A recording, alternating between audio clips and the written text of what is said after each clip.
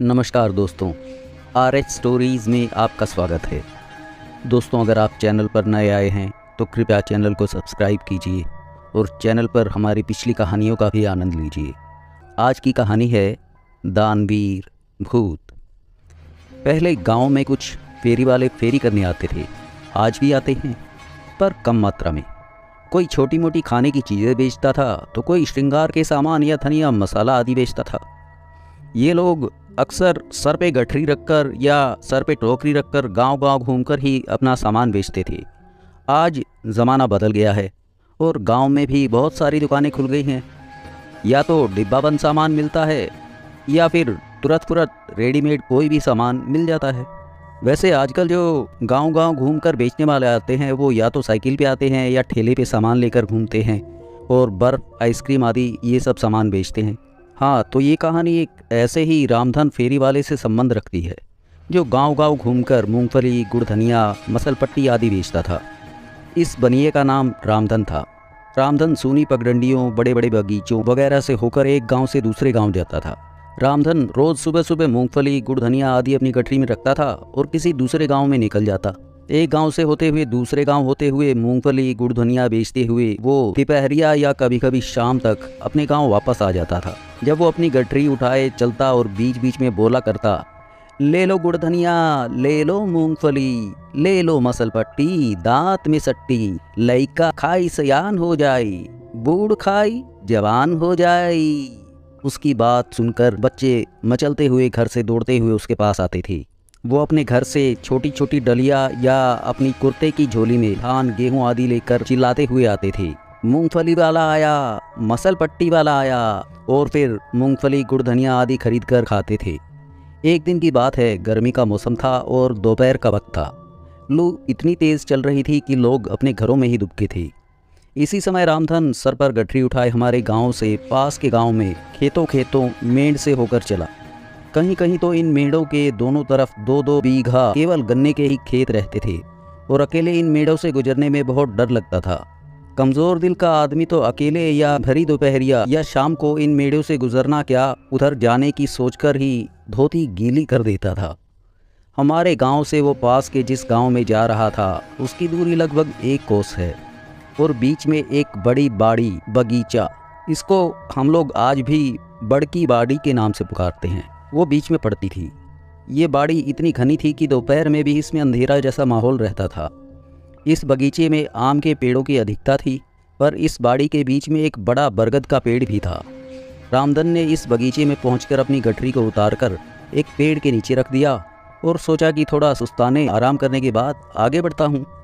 उसने वहीं एक पेड़ की थोड़ी ऊपर उठी जड़ को अपना तकिया बनाया और अपने गमछे को बिछाकर आराम करने लगा।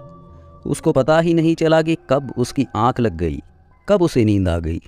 अचानक उसे लगा कि बगीचे में कहीं बहुत तेज़ आंधी उठी है और डालियों आदि के टकराने से बहुत ज़्यादा शोर हो रहा है। वो उठकर बैठ गया और डालियों की टकराहट वाली दिशा में देखा। अरे हाँ, वो जहाँ सोया था वहाँ से कुछ ही दूरी पर 2 पेड़ों की डालियाँ बहुत तेज़ी से नीचे ऊपर हो रही थी और कभी कभी इन डालियों के आपस में टकराने से बहुत डरावनी आवाज़ भी होती थी। अगर कमज़ोर दिल का आदमी अकेले में ये देख ले तो उसका दिल मुंह में आ जाए, पर रामधन को तो ये आदत थी। उसने मन ही मन सोचा कि शायद भूत आपस में झगड़ा कर रहे हैं या कोई खेल खेल रहे हैं। वो डरने वालों में से नहीं था। वो वहीं लेटे लेटे इन भूतों की लड़ाई का आनंद लेने लगा, पर उसे कोई भूत दिखाई नहीं दे रहा था।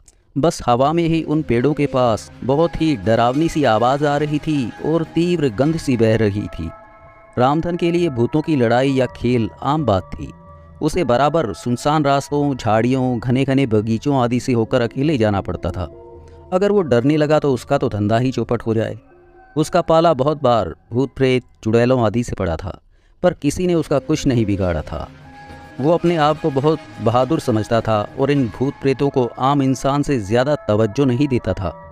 रामधन ने लेटे लेटे ही अचानक देखा कि एक बड़ा ही भयंकर और विशालकाय प्रेत इस पेड़ से उस पेड़ पर क्रोधित होकर कूद रहा है और इसी कारण से उन दोनों पेड़ों की डालियां बहुत वेग से चर्र मर्र की आवाज़ करते ऊपर नीचे हो रही हैं। रामधन को और कुतूहल हुआ और वो अब सतर्क होकर उस भूत को देखने लगा। तभी रामधन को लगा कि अभी तो ये प्रेत अकेला था अब ये दूसरा प्रेत कहाँ से आ गया? अच्छा, तो ये बात है। अब रामधन को सब समझ में आ गया। दरअसल बात ये थी कि यहाँ भूतों का खेल नहीं, भयंकर झगड़ा चल रहा था। वो बड़ा भूत उस दूसरे भूत को पकड़ने की कोशिश कर रहा था, पर कामयाब नहीं हो रहा था, और इसी गुस्से में डालियों को भी तोड़ मरोड़ रहा था। अरे अब तो रामधन को और मज़ा आने लगा, क्योंकि भूतों की संख्या बढ़ती जा रही थी। अभी तक जो ये भूत अदृश्य थे, अब एक एक करके दृश्यमान होते जा रहे थे।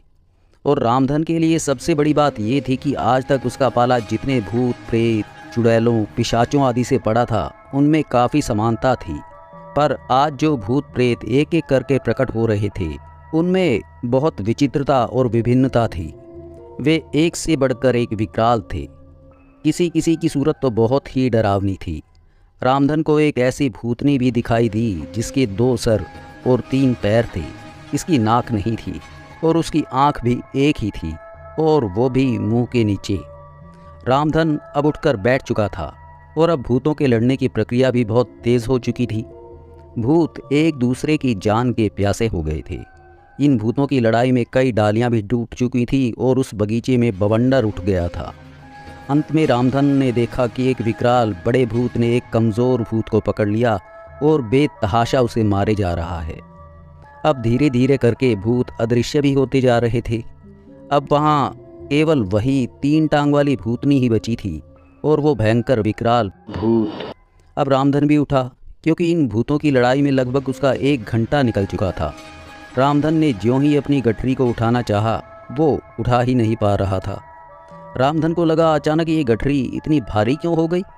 उसने दोबारा कोशिश की, फिर तिबारा कोशिश की, पर गठरी उठी नहीं। वो पसीने से पूरा नहा गया और किसी अनिष्ट की आशंका से कांप गया। उसने मन ही मन हनुमान जी का नाम लिया, पर आज उसे क्या हो गया वो समझ नहीं पा रहा था। आज तक तो वो कभी नहीं डरा था, पर आज उसे डर सताने लगा था। उसके पूरे शरीर में एक कपकपी सी उठ रही थी। अचानक उसे उस बगीचे में किसी के चलने की आवाज़ सुनाई दी। ऐसा लग रहा था कि कोई मदमस्त हाथी वाली चाल से उसकी तरफ बढ़ रहा है। रामधन को कुछ दिखाई तो नहीं दे रहा था, पर ऐसा लग रहा था कि कोई उसकी ओर बढ़ा चला आ रहा है। उसके पैरों के नीचे आकर सूखी पत्तियां चर्र मर्र की आवाज़ कर रही थी। अब रामधन ने थोड़ा हिम्मत से काम लिया और भागना उचित नहीं समझा। उसने मन ही मन सोचा कि आज जो कुछ भी हो जाए, पर वो यहाँ से भागेगा नहीं। अचानक उस दैत्याकार अदृश्य प्राणी के चलने की आवाज़ थम गई। अब रामधन थोड़ा और हिम्मत करके चिल्लाया, कौन है? कौन है? जो कोई भी है, सामने क्यों नहीं आता है?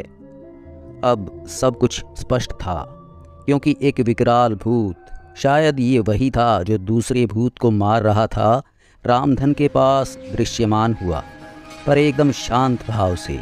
अब वो गुस्से में नहीं लग रहा था। रामधन ने थूक घोंटकर कहा, कौन हो तुम और क्या चाहते हो? क्यों क्यों क्यों क्यों मुझे परेशान कर रहे हो? मैं डरता नहीं। वो विकराल भूत बोला, डरो मत, मैं तुम्हें डराने भी नहीं आया हूँ। मैं यहाँ का राजा हूँ और मेरे रहते किसी को डरने की आवश्यकता नहीं। अगर कोई डराने की कोशिश करेगा तो वही हश्र करूँगा जो उस कलमुनिया भूत का किया। अब रामधन का डर थोड़ा कम हुआ और उसने उस भूत से पूछा, क्या किया था उस कलमुनिया भूत ने? वो विकराल भूत हंसा और बोला, वो कलमुनिया काफ़ी दिनों से इस ललमुनिया 3 टंगड़ी को सता रहा था। मैंने उसे कई बार चेतावनी दी, पर समझा ही नहीं। और हद तो आज तब हो गई जब उसने कुछ भूत प्रेतों को इकट्ठा करके मुझ पर हमला कर दिया। सबको मारा मैंने, दौड़ा दौड़ा के मारा, पछाड़ पछाड़ के मारा, दबोच दबोच के मारा, धोबी पाट सर के ऊपर से दबा दबा के फेंक फेंक के मारा। रामधन ने अपनी जान बचाने के लिए उस भूत की चमचागिरी में उसकी बहुत प्रशंसा की और बोला, तो क्या मैं अब जाऊं? हाँ जाओ, पर जाते जाते कुछ तो खिला दो, बहुत भूख लगी है और थक भी तो गया हूं मैं, उस विकराल भूत ने कहा। रामधन ने उस भूत से अपना पीछा छुड़ाने के लिए थोड़ा गुड़धनिया निकालकर उसे दे दिया। गुड़धनिया खाते ही वो भूत रामधन से विनीत भाव में बोला कि थोड़ा और दो ना, बहुत अच्छा है, मैं बचपन में बहुत गुड़धनिया खाता था। रामधन ने कहा कि नहीं नहीं, अब नहीं मिलेगा, सब तुम ही खा जाओगे तो मैं बेचूंगा क्या? भूत ने कहा कि बोलो कितना हुआ, मैं खरीद लेता हूँ। रामधन को अब थोड़ा लालच आ गया, क्योंकि उसने सुन रखा था कि इन भूत प्रेतों के पास अपार संपत्ति होती है। अगर किसी पर प्रसन्न हो जाएं तो माला माल कर देते हैं। अब रामधन गठरी में से थोड़ा और गुड़ धनिया निकालकर उस भूत की ओर बढ़ाते हुए बोला कि अगर पैसा दो तो गठरी का पूरा सामान तुझे दे दूंगा।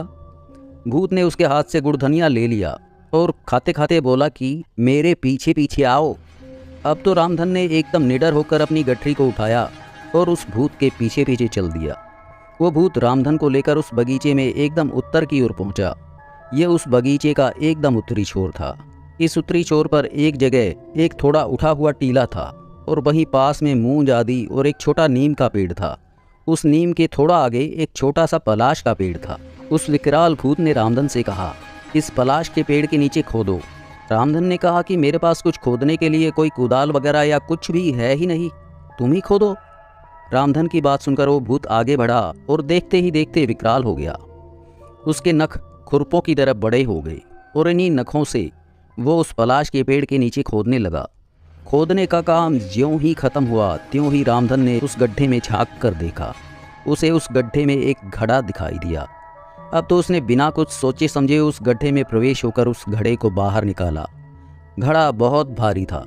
उसने घड़े के मुख पर से जो ढक्कन हटाया तो उसकी आंखें खुली की खुली रह गईं, क्योंकि घड़े में पुराने चांदी के सिक्के थे। वो बहुत प्रसन्न हुआ और अपनी गठरी का सारा सामान वहीं गिरा दिया और भूत को बोला, सब खा जाओ भूत राजा, सब खा जाओ, मज़े लो, अपने बचपन को याद करो, खा जाओ गुड़धानी सब। भूत खाने पर टूट पड़ा और इधर रामधन ने उस घड़े का सारा माल अपनी गठरी में रखा और उसे ढककर तेजी से अपने गांव की ओर चल पड़ा। गांव में पहुंचने के एक ही हफ्ते बाद ऐसा लगा कि रामधन की लॉटरी लग गई हो। उसने अपने मढ़ई के स्थान पर लिंटर बनवाना शुरू किया और धीरे धीरे करके मूंगफली और गुड़ धनिया बेचने का धंधा बंद कर दिया। अब रामधन सेठ बन चुका था। समाप्त। तो दोस्तों, ये थी कहानी दानवीर भूत। अगली कहानी लेकर मैं जल्दी आप लोगों के सामने फिर हाजिर होऊंगा। तब तक के लिए टाटा, बाय बाय, सायोनारा।